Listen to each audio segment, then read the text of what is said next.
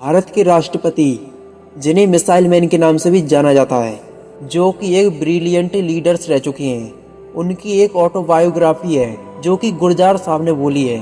और संदीप सर ने भी इस स्पीच को हाईली रिकमेंड किया है हर उस इंसान के लिए जो अपनी जिंदगी में कुछ करना चाहता है, इसकी जिंदगी में कुछ सपने हैं, जो अपने सपनों को एक उड़ान देना चाहता है।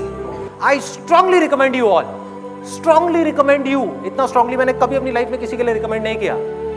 Doctor APJ Abdul Kalam, students के लिए उनसे बड़ी इंस्पिरेशन इस पूरी दुनिया में कोई नहीं। और इस स्पीच को सुनने के बाद आप आंदोलित हो उठोगे। तो आज शब्द सारे डॉक्टर एपीजे अब्दुल कलाम के हैं, तो सिर्फ उनके शब्द बोल रहा हूँ। तो मन को सारी चिंताओं और भारी विचारों से मुक्त कर दें, क्योंकि आज आप वो सुनने वाले हैं जिसकी वजह से आपकी ज़िंदगी में एक विस्फोटक परिवर्तन आ सकता है, जो आपकी ज़िंदगी की दिशा और दशा दोनों बदल कर रख देंगे। चलिए शुरू करते हैं। 1990 के रिपब्लिक डे पर देश मिसाइल प्रोग्राम की कामयाबी का जश्न मना रहा था। मुझे पद्म विभूषण से नवाजा गया और डॉक्टर अरुणाचलम को भी। 10 साल बाद पद्म विभूषण की यादें फिर से हरी हो गई। रहन सहन मेरा अब भी वैसा ही था जैसा कि तब था। 10 बाई 10 का कमरा किताबों से भरा हुआ और कुछ ज़रूरत का फर्नीचर जो किराए पर लिया था। फर्क सिर्फ इतना था, अब यह कमरा तिरुवनंतपुरम में था और अब हैदराबाद में है। वेटर मेरे लिए नाश्ता लेकर आए, इडली, छाछ और आंखों में एक खामोश मुस्कुराहट।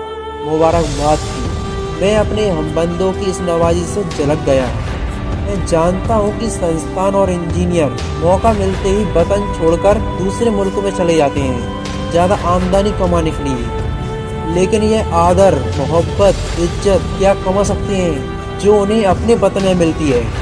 15 अक्टूबर 1991 को मैं 7 साल का हो गया। मुझे अपनी रिटायरमेंट का इंतज़ार था। चाहता था कि गरीब बच्चों के लिए एक स्कूल खोलूं। यह वो दिन थे जब मैंने सोचा था कि जिंदगी के कुछ तजुर्बे और तमाम बातें कलम बनाकर उबारूं। मैं अपनी स्वर्णिम यानी जीवनी लिखना चाहता था जो दूसरों के काम आ सके। मेरे ख्याल से मेरे वतन के नौजवानों को एक साफ नज़रिए और दिशा की ज़रूरत है। और तभी मैंने ये इरादा किया कि मैं उन तमाम लोगों का जिक्र करूं जिनकी बदौलत आज मैं यहाँ पर हूँ, जिनकी बदौलत आज मैं जहाँ पर हूँ। मकसद ये नहीं था कि मैं कुछ बड़े बड़े लोगों का नाम लूँ, बल्कि मकसद तो यह था कि कोई शख्स कितना भी छोटा क्यों न हो, उसे हौसला नहीं छोड़ना चाहिए। मसले मुश्किलें ज़िंदगी का हिस्सा है और तकलीफ़ें कामयाबी की सच्चाइयाँ। जैसे कहा है किसी ने, खुदा ने यह वादा नहीं किया कि आसमान हमेशा नीला ही रहेगा, ज़िंदगी भर फूलों से भरी राहें मिलेंगी। खुदा ने यह वादा नहीं किया कि सूरज होगा तो बादल नहीं होंगे, खुशी होगी तो गम नहीं होंगे, सुकून होगा तो दर्द नहीं होगा। मुझे कोई गुरूर नहीं कि मेरी ज़िंदगी किसी के लिए एक मिसाल बने, मगर यह तो हो सकता है कि कोई मायूस बच्चा किसी गुमनाम सी जगह पर जो समाज के किसी मासूर हिस्से से ताल्लुक़ रखता हो, वो इसे पढ़े और उसे चैन मिले।